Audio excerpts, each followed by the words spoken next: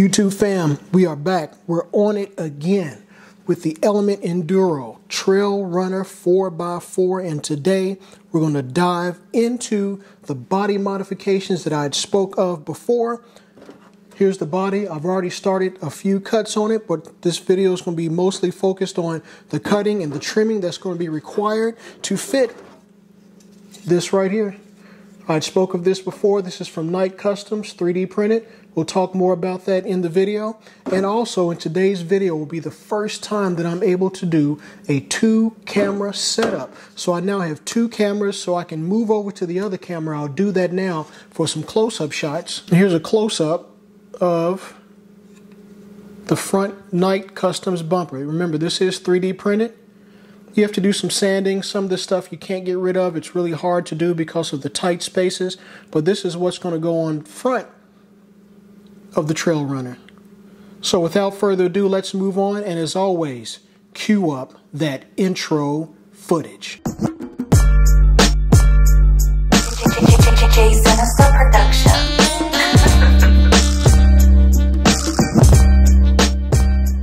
Alright fam, thanks again for stopping by. We really appreciate you checking out J Sinister Productions. For everyone that is subscribed to the channel, big thanks, big ups to you. For all the noobs out there, the new cats, the new ladies that have stopped by the channel and checked it out, and that's right, I did say ladies because ladies like RC too. Thank you very much for at least checking us out, and please consider subscribing to the channel. I think you'll enjoy what we have because we always have new projects and updates in store. So stay tuned and be notified when we upload new videos. So to jump right into this video, it's going to be focused on all the cutting and trimming that's needed to install these Night Customs pieces on the Element Enduro Trailrunner 4x4. Like I said in the opener, I've already started cutting a few pieces on this. Let me jump over to the second camera for a close-up shot. And as you can see here, there's a lot of cutting and trimming that has to be done in order to get this to fit precisely and look halfway decent, the piece you see in the background, on the vehicle. Let's get this to refocus. There we go. And there you have it. We have more cutting to do, and we're going to do that on the video. So I'm going to go to a straight music mode, little talking, all show. But I'd like to go ahead and give a quick shout out to an individual on Instagram that gave me the heads up that the cutting that they did freehand on this vehicle was a pain to do. And that is at RC_scale_MX. And I'll pop up their IG name on the screen now. Check out their page. They gave me that tip that the freehand was going to be a beast, a very terrible job to do. So in addition to the old Lexan scissors we're all used to, I enlisted the aid of this Wind rotary tool that I use a lot, and that'll help me smooth out some surfaces and get into some areas where the scissors would leave jagged edges. And in addition, I'm going to use probably some 220 grit fine sandpaper to smooth out even further. And for the areas that I would need to remove a little bit more material, I'll use the 80 grip. But again, today we're going to focus on the finer details. We're not going to do a lot of talking, but we're going to finish up the cuts and all the trimming that's necessary before we go into paint on this Element Enduro Trailrunner 4x4 clear body. And then the next step will be the installation of this Night Customs front bumper with the bumper delete portion. So I've got the lower bumper deleted that we've taken out of this clear piece, so we can add in another 3D printed part as well as use the front plastic bumper at the same time. So we get to use an amalgamation of parts from Element Enduro and also from Night Customs. This has been primered, haven't painted it yet. We'll go over the paint colors in another video, but this is just to go to the second camera, just a video to show what we need to do to install this 3D printed part. And at the end of the video, we'll talk about the options that you have available to you to obtain this part if you choose to go this route. So enough with the chit chat, let's get into the cuts.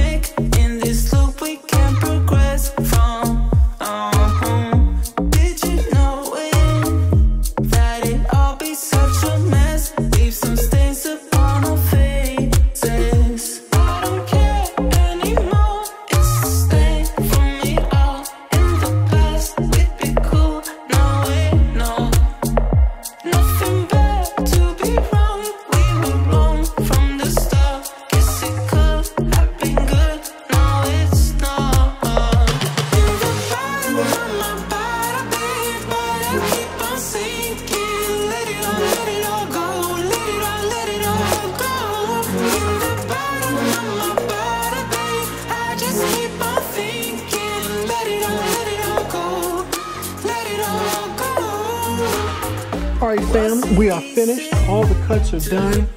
For the most part, it's pretty clean. I got all my edges smooth. I got some peel right here. We go to Deuce Cam over here. So I got some peel. You can barely see it right here. I need to clean that up a little bit. That's a very small thing, but I'll clean up that peel off camera. Make sure everything is nice and smooth. I did my sanding. The Dremel tool, or in this case, the rotary tool of your choice. I use this right here by Win. Great tool. Just a side note, low speeds are best. Your tool, when you get it, the manufacturer are going to tell you what speeds you should set your tool at for what material you're sanding or working with. And I've found that using lower speeds when working with Lexan and most plastics is the best. Especially if you're using a sanding disc, because you are sanding, but at the same time you're really melting away material. So you don't want to go too fast with the speed of your rotary. You want to go slow and take your time. That way you'll have less skipping and jumping of the rotary tool on the material you're working with. But again, slow is best. Again, I got some peel to work with here. I'll take care of that later and clean that up. But I did only had to use 220 grit sandpaper to get it nice and smooth in the spaces where I thought I needed to have the sanding. And overall, it was pretty simple. But again, up front, you have to take your time, and you don't want to take away, let me go to Deuce Cam, take away too much material, because you'll see that, and I've done that in a couple spaces when you mock up this Night Custom front bumper replacement that I'm going to show you in a mock in a second. But again, just a little peel here, we'll take that away. When you're doing your cuts around your wheel arches, a little tip here, if you saw me in the video, you have a lot of excess material right in this area. Take your scissors or the cutting tool of your choice and cut up from the bottom as close as you can to the top in a starburst pattern. And the reason why I do that is simple. Any material behind you is going to get in the way. It's going to hamper your cutting and the precision of it. But if you can get rid of a bit of that material behind your cut first, it'll be easier to continue forward. And by doing that starburst pattern, you'll be cutting up to your first cut, that piece will fall off, and then the piece behind you is gone, which will make it easier to continue on a somewhat straight path around. That's just something I learned over the years from cutting Lexan. So let's do a quick mock-up of how this front bumper right here from Night Customs. Now, I did mention before in another video, I was going to tell you a little bit more about this, and I will. You have two options of purchasing this 3D print. You can either purchase it and have them send it to you in a whole kit form, and I'll put the prices up for the pieces and the kit form as well.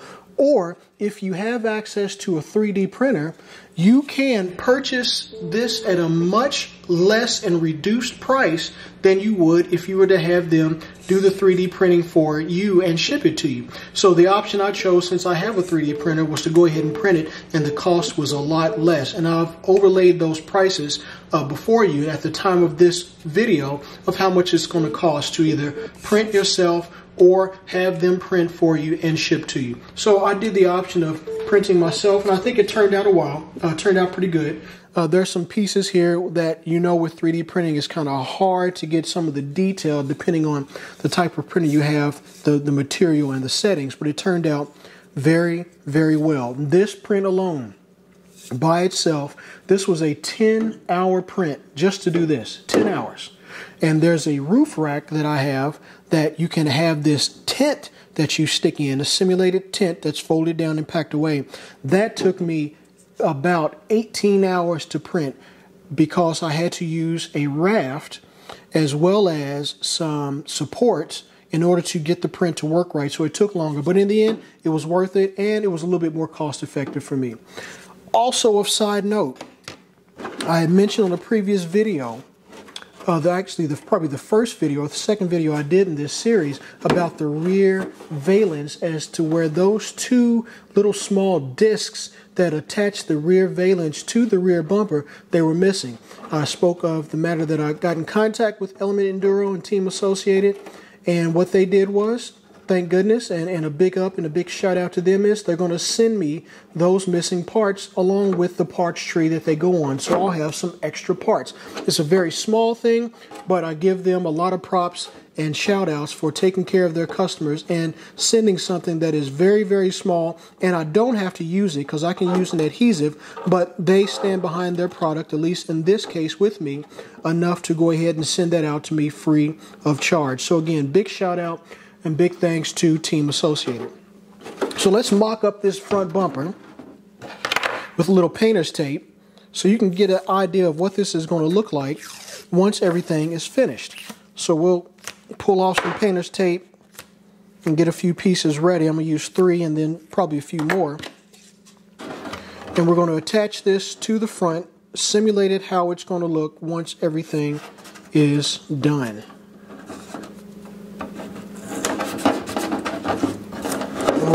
Those two on, and we'll do this last piece. Come on, fingers. There we go. Tape that on. I think that's pretty close. That's pretty legit. So let's take a look. Right here is how it's going to end up looking. I think that's pretty cold.